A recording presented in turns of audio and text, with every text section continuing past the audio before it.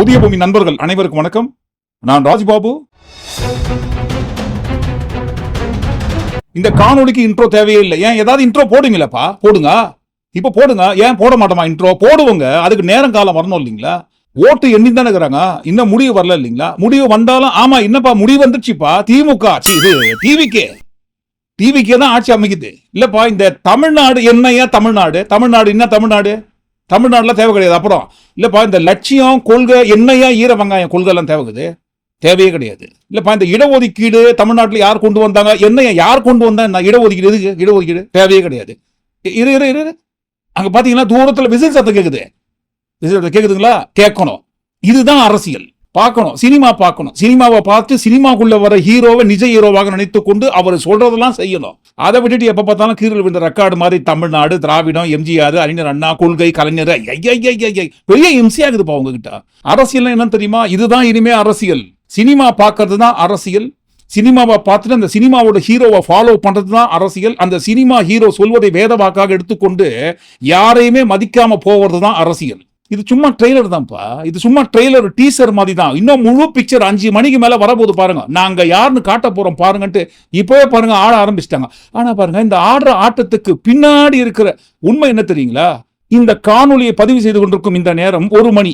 இந்த 1 மணி நிலவரப்படி 107 இடங்களில் டிவிக்கே முன்னிலை.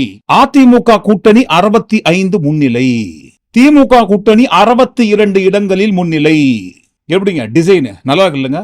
எந்த டிசைனா இல்லைங்க, ஓட்டு விழுந்த ஓட்டு நல்லா இருக்கு இல்லைங்க? ஆனா பாருங்க 107, 65, 67, 62 இந்த எண்ணிக்கையெல்லாம் சொல்லினுங்க இல்லைங்களா முன்னிலையில் இருக்காங்கன்னு சொல்லி. ஆனால் விழுந்த வாக்குகளின் சதவீதம் என்பது மிகவும் உற்று கவனிக்க வேண்டியது.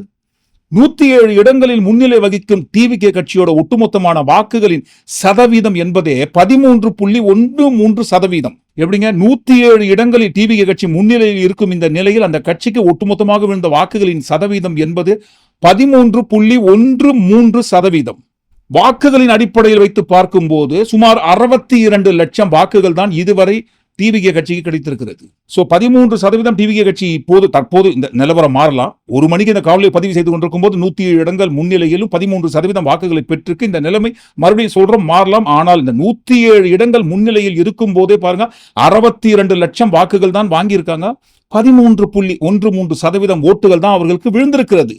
62 இடங்களில் இப்போது முன்னிலையில் இருக்கும் திமுக கட்சியோட வாக்குகள் சதவீதம் என்பது 11.88%.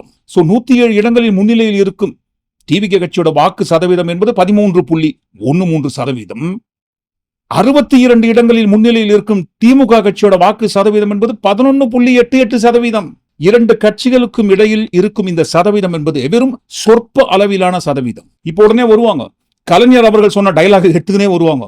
தோற்றவர்கள் சொல்வது சதவீத கணக்கு, ஜெயித்தவர்கள் சொல்வது சீட்டு கணக்குன்ட்டு. சரி, அது ஒரு ஓரமா சொல்லிட்டு போட்டோம், தப்பு கிடையாது. இப்போ அதிமுக கட்சி வாங்கிய சதவீதம் என்பது 10.47%. என்டிகே கட்சி சீமான் அவர்கள் வாங்கிய சதவீதம் என்பது 1.53%. சோ ஓடுற இந்த ரேஸ்ல இப்போதைக்கு 1 மணி அளவுல ஓடிட்டு இருக்கிற இந்த ரேஸ்ல இப்போதைக்கு முன்னணியில் இருப்பது டிவிகே.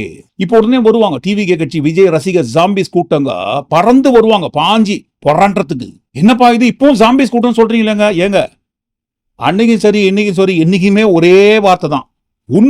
உண்மையா தானே இருக்கும். தொலைச்ச தான் தேட முடியும். தொலைச்ச இடம் இருட்டா இருக்குன்ட்டு வெளிச்சமா இருக்கிற வேற ஏதாவது ஒரு இடத்துல தேட முடியும்? இல்லைங்களா? சோ உண்மை எப்பவுமே உண்மைதான் சொல்லும். அந்த அடிப்படையில் வைத்து பார்க்கும்போது விஜயோட ரசிகர் ஜாம்பிஸ் கூட்டம் இப்ப பறந்து பாஞ்சி பொறாண்டுவாங்க. என்னப்பா என்னென்னமோ சொன்னீங்க, பில்டப் பண்ணீங்க, முதன்மை சக்தியாக மாறி இருக்குங்க. டிவிகே முதல் சக்தியாகவும் அதிமுகவை 2வது சக்தியாகவும் 3வது சக்தியாக தள்ளப்பட்டிருக்கிறது திமுக கட்சி. இப்ப இந்த காணொலியை பதிவு செய்து கொண்டிருக்கும் இந்த நேரப்படி பார்க்கும்போது ஸ்டாலின் அவர்கள் கொளத்தூர் தொகுதியில் பின்னடைவு. உதயநிதி ஸ்டாலின் அவர்கள் தான் பாருங்க சேப்பாக்கம் தொகுதியில் முன்னிலையில் வகிக்கிறார். இருக்கட்டும், எண்ணி தானே அடுத்தடுத்த சுற்றுகளை ஒட்டுமொத்தமா எண்ணி முடிக்கும் போது ரிசல்ட் வரும்போது முன்னிலையில் இருக்கும் உதயநிதி ஸ்டாலினையும் தூக்கி வெளியே போட்டுட்டு நாங்க முன்னாடி வந்துருவோம். டிவிகே கட்சி தான் ஜெயிக்கும். இனிமே அப்படித்தான், எல்லாம் அப்படித்தான். இப்பவே பாருங்க டிவிகே கட்சியை சேர்ந்தவங்க கலாட்டா பண்ண ஆரம்பிச்சிட்டாங்க, விசில் ஊத ஆரம்பிச்சிட்டாங்க. டிவிகே தளபதி விஜய் கத்த ஆரம்பிச்சிட்டாங்க. அது எப்படி? சென்னை திமுகவோட கோட்டைன்னு சொல்லிங்க இல்லைங்களா? கோட்டையை தகர்த்தெறிஞ்சிட்டோம். ரிசல்ட் வந்து வெடி வைக்க வேண்டியது மட்டும்தான் பாக்கி. இல்லைங்க, இருக்கிற எண்ணிக்கையை பார்க்கும்போது எந்த கட்சியுமே மெஜாரிட்டி கிடைக்காம தொங்கு சட்டமன்றம் அமைவதற்கு வாய்ப்பு இருக்கிற மாதிரி தெரியுது. அமையட்டம்பா, தொங்கு சட்டமன்றம் அமையக்கூடிய நம்பர் கூட வரட்டும். 2 கட்சிகள்ல ஏதாவது ஒரு கட்சிக்குள்ள இருக்கிற ஒரு கட்சியோட சீட்டை இழுத்துன்னு வந்து மெஜாரிட்டியை வாங்கி ஆட்சி அமைச்சிடறோம். எந்த கட்சிக்குள்ள இருக்கிற கூட்டணி கட்சியை பிரிச்சு எடுத்துன்னு வருவாங்க அப்படின்றது பாருங்க. இன்னும் சில மணி நேரங்கள்ல ரிசல்ட் வரும்போது ஒட்டுமொத்தமா தமிழ்நாட்டுக்கே தெரிஞ்சிடும். ஆனால் தெரிந்து கொள்ள முடியாதது, புரிந்து கொள்ள முடியாதது என்னவென்றால் இந்த சினிமா மோகம் இருக்கு இல்லைங்களா, இந்த சினிமா மோகம் ஆந்திராவை காட்டிலும் தமிழ்நாட்டை எந்த அளவுக்கு ஆட்டி வைத்து கொண்டிருக்கிறது என்பதற்கு முழு உதாரணம் தான் பாருங்க. இன்றைக்கு வாக்கு எண்ணிக்கை நடந்துகிற இந்த காட்சியை நம்ம பார்த்துனுகிற உதாரணம். விஜய்க்கு வாக்களித்திருக்கும் வாக்காளர்கள் விஜயோட ரசிகர்கள் கிட்ட போயிட்டு, ஏன்பா உங்க தொகுதி எந்த தொகுதி தெரியாதுப்பா, எந்த தொகுதின்ட்டு, எங்க தெருல இந்த பூத் இருக்கு, அந்த பூத்துல போயிட்டு ஓட்டு போடுறோம். சரி, உங்க தொகுதியில உங்க டிவி கட்சியை சேர்ந்த வேட்பாளர் யாருனாலும் தெரியுமா? தெரியாதுப்பா, எங்களுக்கு தெரிஞ்சதெல்லாம் ஒன்னே ஒன்றான், விஜய். விஜயோட சின்னம் விசில், அமுக்கிட்டோம். ஏன்பா எதுவுமே தெரியாதா? ஏன்பா என்னப்பா இது கேட்குறீங்க திருப்பி திருப்பி? தெரியவே தெரியாதுப்பா, எங்களுக்கு தெரியவே தெரியாது. தெரிய வேண்டிய அவசியமே இல்லை. எதுக்கு தெரியணும்? நாங்க தான் சொல்லிட்டோம் இல்லைங்களா? நீங்க சொல்ற மாதிரி இந்த கொள்கை, திராவிடம், அரசியல், நீதி கட்சி, திமுக, அதிமுக, எம்ஜிஆர், அறிஞர் அண்ணா, கலைஞர், தமிழ்நாடு, இடஒதுக்கீடு, கொள்கை இதெல்லாம் தேவையே இல்லப்பா. எதுக்கு இதெல்லாம்? எதுக்கு இதெல்லாம்? விசில் அடிச்சா சத்தம் நல்லா வருதா? அது போதும் எங்களுக்கு. இருக்கட்டும் இருக்கட்டும், தப்பு கிடையாது. ஒரு வேலை பாருங்க, தமிழ்நாட்டில் விஜய் ஆட்சி அமைக்கிற பட்சத்துல அடுத்த 5 ஆண்டுகளுக்கு விசில ஊதி தானே போறீங்க. அது ஒரு ஓரமா உட்காந்து ஊதிட்டு போங்க, தப்பு கிடையாது. இப்போ இந்த காணொலியை பதிவு செய்து கொண்டிருக்கும் நேரத்துல கொஞ்சம் நேரம் இல்லாத காரணத்தினால் ஒரு 2-3 தினங்களுக்கு முன்பாக பதிவிட்ட காணொலியில் இதற்கு முன்பாக அரசியலுக்கு வந்த நடிகர்கள் எந்த அளவில் வாக்கு சதவீதம் வாங்கி இருந்தார்கள் என்பதற்கு ஒரு ரீவைண்ட். தமிழ்நாட்டிற்கு மாற்றம் வேண்டும், தமிழ்நாட்டில் ஒரு புது அரசியல் மாற்றம் உருவாக வேண்டும், மாற்று கட்சி வர வேண்டும், மாற்று ஆட்சியே வேண்டும் என்று சொல்லிதான் பாருங்க விஜயகாந்த் அவர்கள் கட்சி தொடங்கினாரு. அவர் கட்சி தொடங்கி நடத்திய முதல் மாநாட்டில் வந்த கூட்டம் இருக்கு இல்லைங்களா, இன்றைக்கு விஜய்க்கு கூடுகின்ற கூட்டம் சும்மா கம்மி. அவருடைய மாநாட்டுக்கு வந்த கூட்டத்தோட அளவை காட்டணும்னு சொன்னா இப்போ இருக்கிற ட்ரோன் ஃபெசிலிட்டிஸ்லாம் அப்ப கிடையாது. அன்றைக்கு இருந்த கேமரா வசதியை கொண்டு விஜயகாந்த் அவர்கள் நடத்திய முதல் மாநாட்டுக்கு வந்த கூட்டத்தை படம் பிடிச்சு பார்க்கும்போது பிரமிப்பாக இருந்தது. விஜயகாந்த் அவர்களுக்கு கூடிய கூட்டம் இதற்கு முன்பாக எந்த ஒரு நடிகருக்கும் எந்த ஒரு அரசியல் கட்சிக்கும் கூடாத கூட்டம், தன்னெழுச்சியாக வந்த கூட்டம், விஜயகாந்த் அவர்கள் பேச்சை கேட்பதற்காக வந்த கூட்டம். இவ்வளவு பேர் வந்திருக்காங்கன்னு சொன்னா தமிழ்நாட்டுக்கு ஒரு மாற்றம் வர வேண்டும் என்று விரும்புகிறார்கள் அன்னைக்கு சொன்னாங்க. தப்பே கிடையாது, மாற்றம் ஒன்றுதான் மாறாதது. அந்த வகையில பாருங்க, மாற்றம் வேண்டும் என்று விரும்புகிற அரசியலை மக்கள் தேர்ந்தெடுக்கணும்னு நினைப்பது தப்பே கிடையாது. தேர்தலில் நிற்கிறார் 2006ஆம் ஆண்டில் விஜயகாந்த் அவர்கள் மட்டும்தான் ஜெயிக்கிறார். விஜயகாந்த் அவர்களுக்கு 2006ஆம் ஆண்டில் விழுந்த ஓட்டோட சதவீதம் என்பது 8.38%.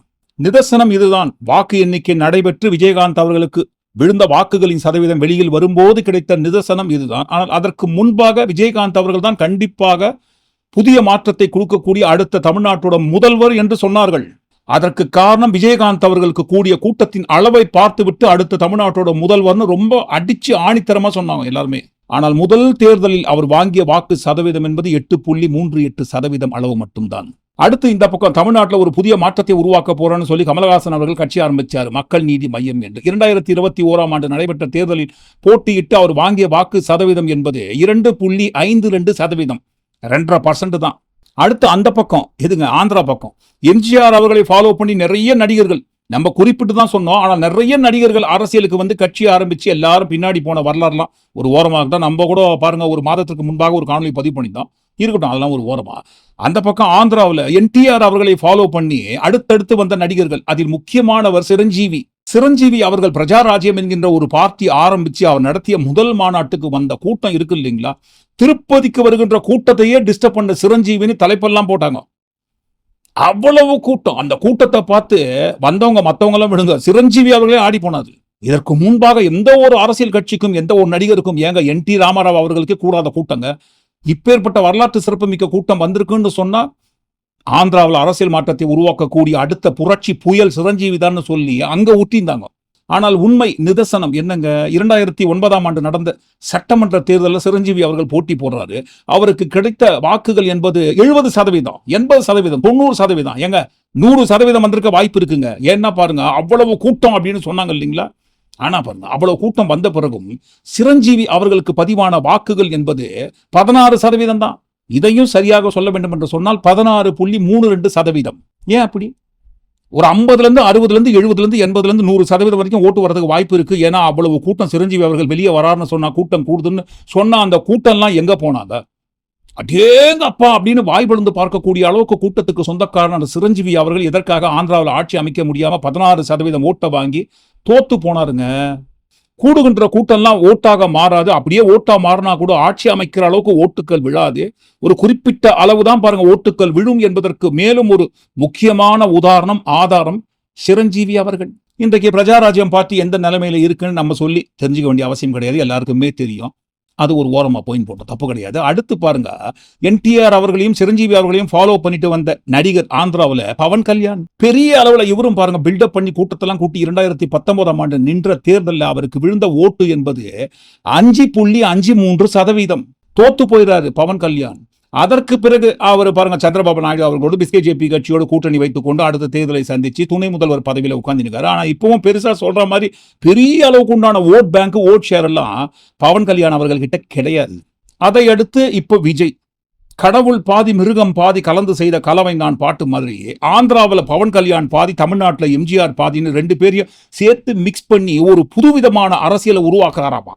நான் தான் தமிழ்நாட்டோட அடுத்த சிஎம், 67, 77 இந்த வரலாறு எனக்கு தான் 2026 திரும்புகிறது அப்படின்னு சொல்றாங்க. இப்படி வரலாறு திரும்புகிற அளவுக்கு தமிழ்நாட்டுக்கும் தமிழ்நாட்டு மக்களுக்கும் விஜய் இது வரைக்கும் என்ன துரும்ப கிள்ளி போட்டு என்னத்தை அறுத்து தள்ளி கீழ்ச்சிருக்காருன்ட்டு சொன்னோம் இல்லைங்களா?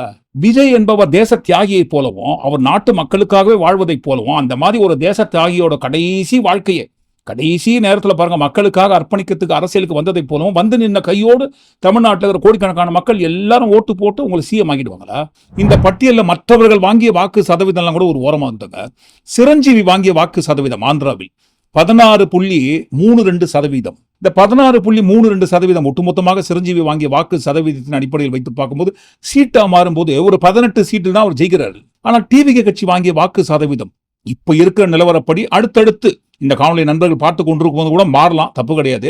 ஆனால் இப்போதுள்ள நிலவரப்படி டிவிகே கட்சி 106 சீட்ல எண்ணிக்கையில் இருக்காங்க. முன்னிலையில் 13.13% தான் வாக்குகளே மொத்தமா வாங்கியிருக்காங்க.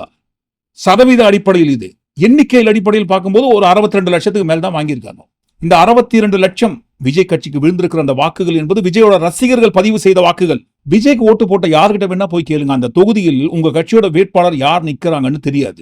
எங்களுக்கு தெரிஞ்சதெல்லாம் விஜய் அழுத்த சொன்ன அந்த விசில் பட்டன், அவ்வளவுதான். உங்களுக்கு ஏதாவது ஒரு சாக்லேட்டோ இல்ல ஏதாவது ஒரு கிண்டர் ஜாய் வேணும் அப்படின்னா அழுது அடம் பிடிச்சி சக்சஸ் பண்ணிடுறீங்கல்ல, அந்த மாதிரி உங்களுக்கு ஏதாவது ஒரு ட்ரெஸ் வேணும்னா அழுது அடம் பிடிச்சி சக்சஸ் பண்ணிடுறீங்களே, அந்த மாதிரி உங்களுக்கு பிடிச்ச இந்த விஜய் மாமாவுக்காக, இந்த விஜய் மாமா ஜெயிக்கணும்ன்றதுக்காக, நம்ம தமிழ்நாடு ஜெயிக்கணும்ன்றதுக்காக உங்க வீட்டில் இருக்கிற உங்களுடைய அம்மா, அப்பா, சித்தி, சித்தப்பா, பெரியப்பா, பெரியம்மா, ஒவ்வொரு வீட்டில் இருக்கிற ஓட்டு போடுற வயசுல இருக்கிற அண்ணா, அக்கா எல்லாருக்கிட்டையும் விசில் சின்னதுக்கு ஓட்டு போட சொல்லுங்க. சப்போஸ் யாராவது ஓட்டு போடாம வீட்டில் உட்கார்ந்துட்டு இருந்தாங்கன்னா அவங்க காதலியே போய் அன்பா விசில ஊதி ஓட்டு போட ஓட வைங்க. விசிலுக்கு ஓட்டு போடுற வரைக்கும் விடாதீங்க. அவர் சொன்ன மாதிரி விசில் புரட்சி ஏற்படுத்தி விட்டோம்னு கம்பீரமெல்லாம் மார்த்தட்டிக்க முடியாது. ஏனென்றால் விழுந்திருக்கிற வாக்கு எண்ணிக்கையும் சரி, வந்திருக்கிற வாக்கு சதவீதமும் ரொம்ப பெரிய அளவுலலாம் இல்லைங்க, சொற்ப அளவில் தான் இருக்கிறது. இந்த சொற்ப அளவு வித்தியாசத்தில் உள்ள இந்த வாக்குகளின் சதவீதமோ வாக்குகளின் எண்ணிக்கையோ இந்த அளவுல பாருங்க டிவிகே கட்சி இப்போதைக்கு முன்னிலையில் இருக்கிறாங்க. ஆனா பாருங்க இந்த சொற்ப அளவிலான வாக்கு சதவீத எண்ணிக்கையில் கூட பாருங்க இந்த கட்சி முன்னிலையில் இருப்பதற்கு பின்னாடி ஒரு பிரச்சனை இருக்கு. Already decided. அதனால இந்த சர்வே கிர்வே எதையும் நம்பாதீங்க. என்ன தெரியுங்களா, சின்ன காணொலிங்க இது. இப்போதுள்ள நிலவரத்தை நண்பர்கள் பார்வைக்கு கொண்டு போய் சேர்க்கணுன்றதுக்காக அவசர அவசரமாக பதிவு செய்கிற இந்த காணொலி முழுமையான காணொலி. இதை தொடர்ந்து அடுத்து ஒரு காணொலி வெளிவரும் இல்லைங்களா, அந்த காணொலியில் ஒட்டுமொத்தமா என்ன பிரச்சனை என்பதை அதில் பேசுவோம். நீங்க ஒட்டுமொத்தமா கூட்டி கட்சி இப்போது உள்ள நிலவரப்படி இந்த வாக்கு எண்ணிக்கை குறித்து நீங்க என்ன நினைக்கிறீங்கன்னு உங்க கருத்துக்களை கண்டிப்பா தவறாம பதிவு பண்ணுங்க. மீண்டும் இன்னொரு காணொலி நம்ம சந்திப்போம். நன்றி, வணக்கம்.